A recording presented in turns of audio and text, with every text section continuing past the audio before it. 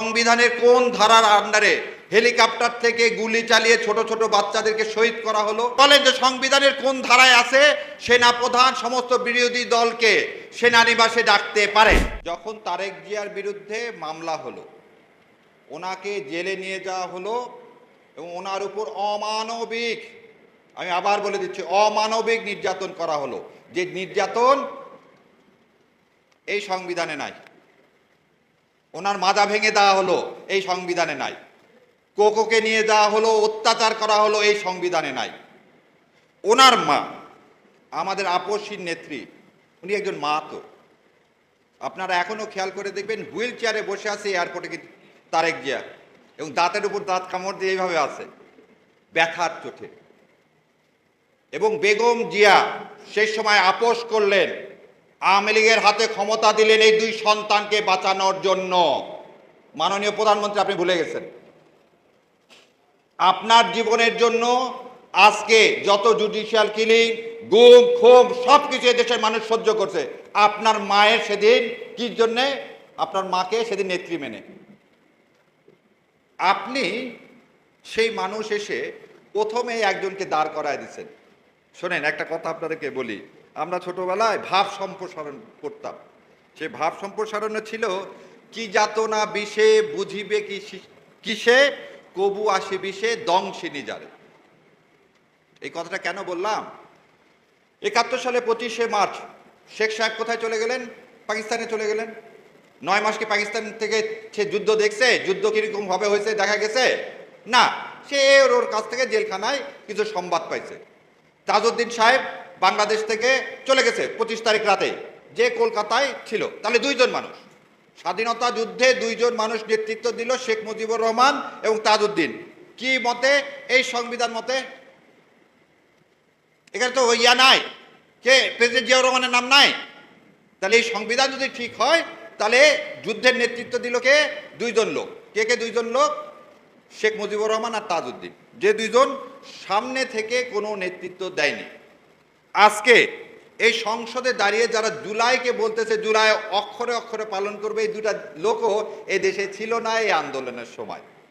একজন ছিলেন লন্ডনে আর একজন ছিলেন শিলংয়ে। সেই জন্য আমি বললাম কভু আসি বিষে দংশিনী যারে। আর আপনি তো ছিলেনই না, আপনি দেখছেন, তা আপনি কিভাবে বুঝবেন এই ব্যথাটা? সেই জন্য আপনার কাছে মনে হয়েছে কি কনস্টিটিউশনটায়, এই সংবিধানটার জন্যই হয়তো আমরা লড়াই করছি। ওই জন্য আপনি আবার গোলায় ফেলছেন।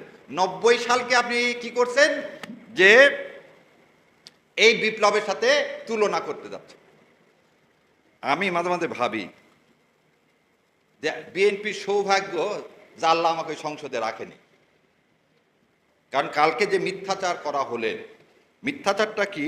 উনি বললেন যে সংসদ কি সার্বভৌম, তারা যে কোনো আইন তৈরি করতে পারে। ভাই, তাই যদি পারে কালকে সুপ্রিম কোর্ট বন্ধ করে দেন, আমরা অন্য প্রফেশনে চলে যাই। এই কনস্টিটিউশনে বলা আছে আইন বৈধ না অবৈধ এটা দেখার একমাত্র ক্ষমতা কার? সুপ্রিম কোর্টের। আপনি উঠে বলতেছেন যে না, আমরা যা বলবো সেটাই আইন, সুপ্রিম কোর্টকে। অতএব পঞ্চদশ সংশোধনের কথা বলে বেগম খালেদা জিয়া, আল্লাহ ওনাকে বেহেশত নসিব করুক, এই সংবিধান ফেলে দেওয়ার কথা যে বললেন, ওনাদের কথা ছিল পঞ্চদশ সংশোধনীতে যেসব করা হয়েছে সেই কারণে সংবিধান ফেলে দিতে বলা হয়েছে। এখন সেই সংবিধান আমরাই কি করব? আমরাই অ্যামেন্ডমেন্ট করব। আমরা সংস্কার করব না, আমরা কি করব? অ্যামেন্ডমেন্ট করব। অ্যামেন্ডমেন্ট পরিবর্তন আর সংস্কারের মধ্যে একটু পার্থক্য আছে। আবার ওনারা আবার এই পরিবর্তনটা করতে চায় কি, একটা শরীর রাখবে, মাথা রাখবে না।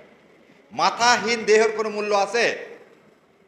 মূল্য নাই। এই যে একটু আগে ভাই আসছিলেন আপনাদের সামনে দাঁড়ায়, ওনারা কেন গুম কমিশন কে কেন এই অধ্যাদেশকে বাদ দিতে চাচ্ছেন? তাহলে ওনাদের নিশ্চয়ই কোনো উদ্দেশ্য আছে, যে দাদারা ওনাদেরকে ক্ষমতায় বসাইছেন, তারা হয়তো বলছেন তোমরা করো কি, গুম আরো গুম করতে হবে তো সামনে।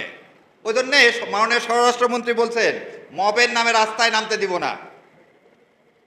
তাহলে একটার সাথে আর একটার সম্পর্ক দেখেন। এবার আমি আপনাদেরকে আর একটা দিকে নিয়ে যাই, সেটা হচ্ছে রাষ্ট্রের আমরা জনগণ এই সংবিধান অনুযায়ী মালিক। তাহলে আমি মালিক, তা আমি মালিক হয়ে আমি হাঁ ভোটে ভোট দিছি এবং 70% লোক হ্যাঁ ভোটে ভোট দিচ্ছে। তাহলে আমি জনগণ, রাষ্ট্রের মালিক, আমি এখন মালিক হয়ে তুমি সরকার তোমাকে আদেশ দিচ্ছি তুমি জুলাই সনদ যা যা আছে তাই পালন করো, তা মালিকের কথা কি তুমি কি করতে পারো? অগ্রাহ্য করতে পারো? গভর্নমেন্ট, সরকার কি?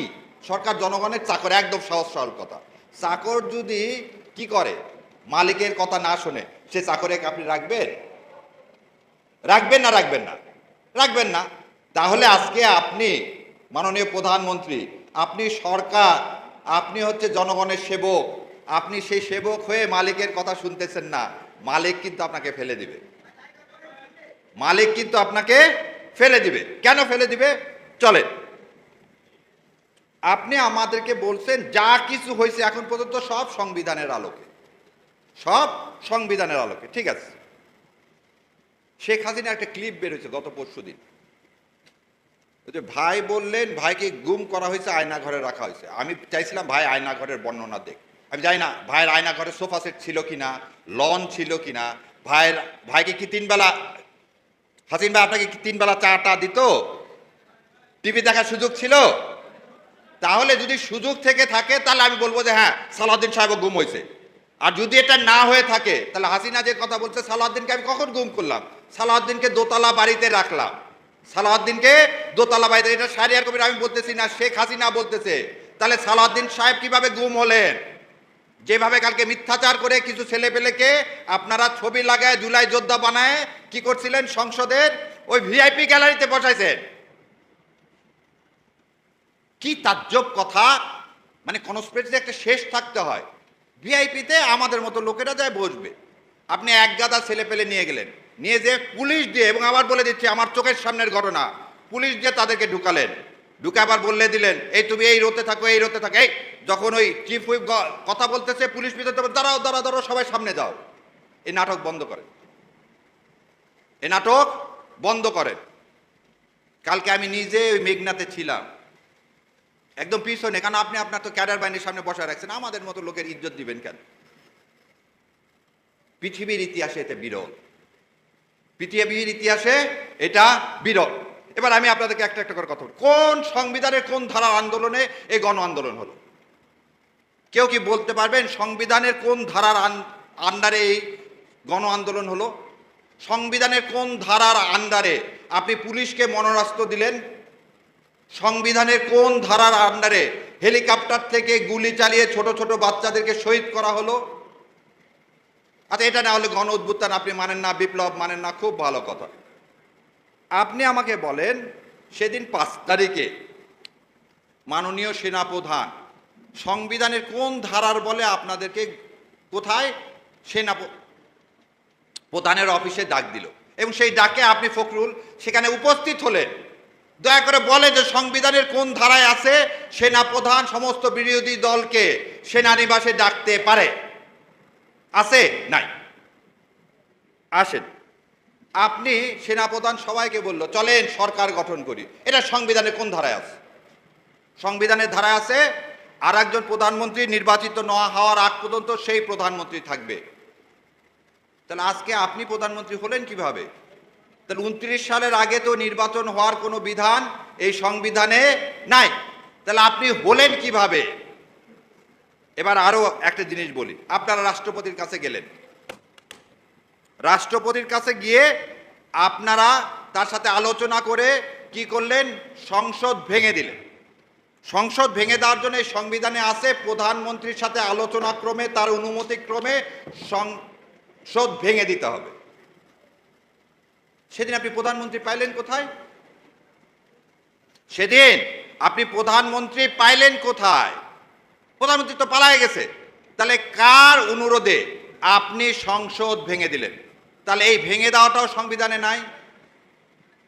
তাহলে আজকে যদি কেউ চ্যালেঞ্জ করে যে আপনাকে রাষ্ট্রপতিকে এই ক্ষমতা কে দিল, রাষ্ট্রপতিকে এই ক্ষমতা কে দিল? কারণ সালাউদ্দিন সাহেব আবার বলতেছে রাষ্ট্রপতিকে দিয়ে ইউনূস সাহেব জোর করে অনেক কাজ করাইছে। তাহলে রাষ্ট্রপতিকে দিয়ে সালাউদ্দিন সাহেব অনেক কাজ করাইছে, কিন্তু সালাউদ্দিন সাহেবের ভাসুর হয় কি জানেন?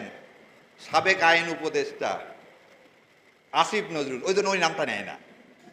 কারণ ওই আসিফ নজরুল ছাড়া তো ট্রুথ হাত পাওয়া হতো না। কারণ দেখেন কেন বললাম যে ওনাদের সৌভাগ্য আমি পার্লামেন্টে নাই। রাষ্ট্রপতি হচ্ছে রবার স্টাম্প, যত আইন করে দেয় সব করে দেয় আইন মন্ত্রণালয়।